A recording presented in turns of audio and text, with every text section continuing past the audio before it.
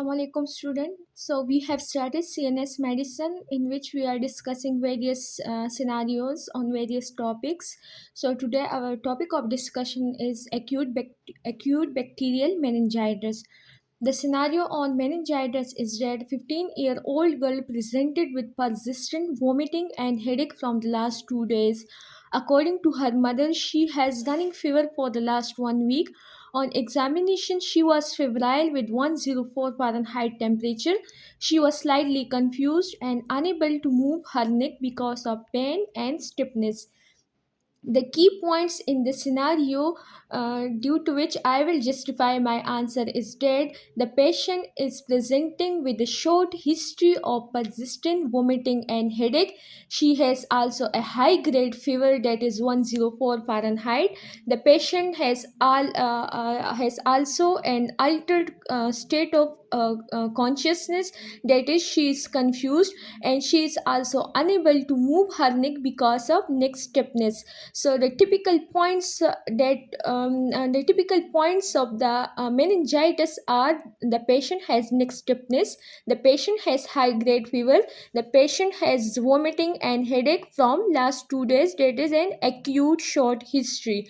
So the likely diagnosis is acute bacterial meningitis. Why not viral meningitis? Because the patient has high grade fever and the patient is toxic and febrile. What complication she can develop, how will I investigate and treat this patient. These points will be discussed later on. The second scenario on the topic is 20-year-old male patient brought to the emergency department with a history of high grade fever, severe headache, vomiting from the last 2 days. On examination, he has neck stiffness, altered consciousness, and purpuric rash. Again, there are some points from which I will diagnose my scenario. That is, the patient has a history of high grade fever. The patient has a short history of high grade fever with headache and vomiting. On examination, he has also neck stiffness, and there is an additional point, that is he has purpuric rash on his body. When there is purpuric rash on the body of the patient, it occur only in meningococcal meningitis. In all other bacterial meningitis, there is no rash on the body, but in meningococcal meningitis, there will be a rash, a purpuric rash on the body. Also, there will be altered state of consciousness like acute bacterial meningitis.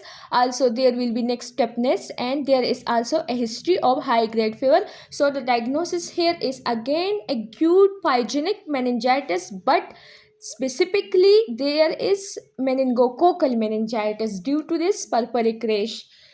Drug given to the close contact for the contacts for the prophylaxis in the meningococcal meningitis. Its mortality is high. We have to prevent the contacts from developing the condition, so we give some drugs for their prophylaxis. The drugs are rifampicin, oral rifampicin, or IV ceftriaxone 1 gram dose per day. I will discuss it later, but here I have mentioned. How will I investigate, treat, and what complication he can develop? We will discuss it now. The answer of the questions are: investigation. For confirmatory investigation, I will do two type of investigation. First, for the confirmation of the diagnosis, for the confirmation of the likely diagnosis, and for the exclusion of other diagnosis. For the confirmation of acute pyogenic meningitis, I will do lumbar puncture and CSF examination. In the CSF examination, we have to look at the color of the cerebrospinal fluid. The color will be turbid in acute bacterial meningitis. The pressure will be raised. The cell count will be high than normal, that is, it will be more than 1000 per mm, and there will be also predominantly neutrophilic infiltration, because we know that meningitis is the inflammation of the meninges. Meninges are the membrane that covers the brain parenchyma. The membrane that covers the brain parenchyma is called the meninges, and the inflammation of the meninges due to bacterial infection is called meningitis. And we know that in acute inflammation there is neutrophilic infiltration, and neutrophil will be predominantly present in the CSF examination in this case. Protein will be raised, that is more than 150 milligram per dl. Glucose is less, that is less than 40 milligram per dl, because glucose is a good food source for the bacteria. Now, I can do CSF culture and scanning. To exclude other diagnosis, I will do a CT exam, CT brain and MRI brain. To exclude brain tumor, brain abscess, any mass occupying lesion. And I will do chest X-ray. If I have suspicion of TB meningitis, then there will be TB. The patient may have TB lungs. So that's why I can do chest X-ray to find out the source of infection. If the patient, there are some contraindication for the lumbar puncture.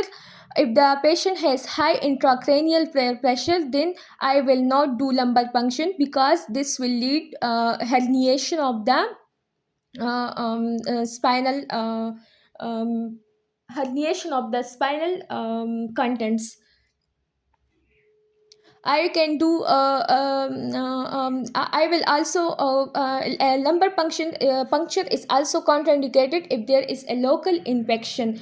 If the patient is drowsy and has head injury or neurosurgery, then CT is done before lumbar puncture, because there could be a mass occupying lesion, that is there could be an abscess. So in abscess also lumbar puncture is contraindicated, so we will do first CT before CSF examination.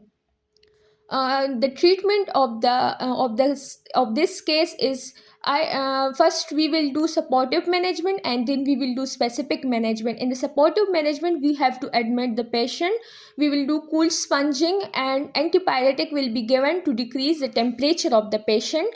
IV fluid will be given, because as the patient is persistently vomiting, so there is a chance that he could develop electrolyte imbalance. To prevent that electrolyte imbalance, we have to give IV fluid to the patient. Analgesic are given as there is pain. The specific management is, first we will put the patient on the empirical antibiotics. First we have to give IV benzoyl penicillin or ceftriaxone or vancomycin. If the patient age is up to 3 months, if the patient is an infant up to 3 months of age, then we can give only ampicillin and ceftriaxone. But if the patient age is more than 3 months and up to 50 years or more than 50 years, then we can give vancomycin, ceftriaxone, benzyl penicillin, as well as cefotaxime. This is an empirical antibiotic treatment for this patient. The next treatment will be based on the culture and sensitivity report. After the culture and sensitivity reports come, we have to modify our treatment according to that report. Then if the patient has developed cerebral edema, we can give IV corticosteroid, that is dexamethasone. For the prophylaxis of the meningococcal infection in the close contacts, we have to give 1 dose of IV ceftriaxone and oral rifampicin. We can also vaccinate some patient against acute bacterial meningitis. If the patient age is more than 65, if the patient is immunocompromised, and if the patient is a splenic patient, then we can vaccinate such patient against Streptococcus pneumoniae, meningococcal, Neisseria meningitis, and H. influenza. Vaccination against these organisms are available. The complication the patient can develop are brain abscess, cerebral edema, subdural empyema, hydrocephalus, permanent deafness. If the cranial nerves are involved, then the patient can develop permanent deafness and various cranial palsies. The patient can also develop seizure. Other differential diagnoses are viral and TB meningitis, but in viral meningitis, the fever will be low grade, while in TB meningitis, there will be a long history of the symptoms. There will be not a short and acute history. So, neurocephalus, subarachnoid hemorrhage. In subarachnoid hemorrhage, it, there is also a history of fever, but that is a low grade fever. And cerebral vasculitis. Thank you. If you like my video, then please subscribe the channel, and share the video, so that I can make more videos on more topics.